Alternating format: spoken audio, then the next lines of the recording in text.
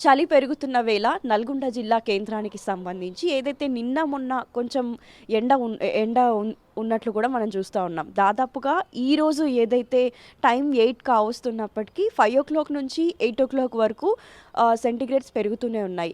18 డిగ్రీస్గా కూడా ఇప్పుడు ప్రస్తుతానికి 18 డిగ్రీస్గా నమోదు ఉంది.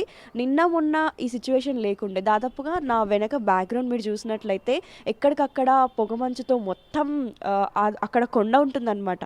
ఆ కొండ సైతం కనపడకుండా కంప్లీట్గా మంచు ఉన్న పరిస్థితిని మనం చూస్తూ ఉన్నాము.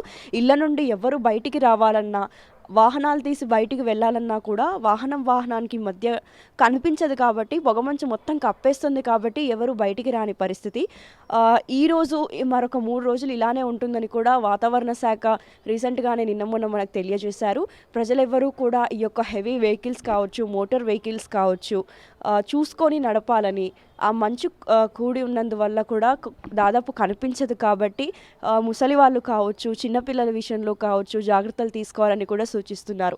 ఎందుకంటే వాతావరణంలో జరుగుతున్నటువంటి ఇలాంటి మార్పుల వల్ల దాదాపుగా ఇంతకు ముందుకు ఇలాంటి చలి ఎక్కడా లేదని కూడా మనకు సమాచారం. రాష్ట్ర వ్యాప్తంగా కూడా చలి భయాన్ని కలిగిస్తుందని చెప్పవచ్చు. నా వెనక బ్యాక్గ్రౌండ్ చూసుకున్నట్లయితే కంప్లీట్గా మంచుతో కూడి ఉన్న పరిస్థితి నెలకొంది. ఎక్కడ చూసినా చలి చలి చలి అన్నట్లే ఉంది. 18 డిగ్రీస్ 8:30 మధ్యలో ఉండడం విశేషం అనే చెప్పవచ్చు. నల్గొండలో ఇంతకు ముందుకు ఎప్పుడు కూడా ఇలాంటి పొగమంచుని ఎవరైతే పనులకి బయటికి వెళ్ళే వాళ్ళు ఉంటారో, నార్మల్గా ఎవరైతే ఈరోజు December 31 కూడా ఉంటుంది కాబట్టి ఈ యొక్క మంచుని దృష్టిలో ఉంచుకొని మంచంతా పోయే వరకు ఇళ్లలోనే ఉండి మంచు తగ్గాక మీ యొక్క పనులు చూసుకోవాల్సింది కూడా చెప్తున్నారు. నల్గొండ జిల్లా కేంద్రానికి సంబంధించి చలి విషయంలో నిన్న మొన్న అంత తీవ్రత అయితే లేదు.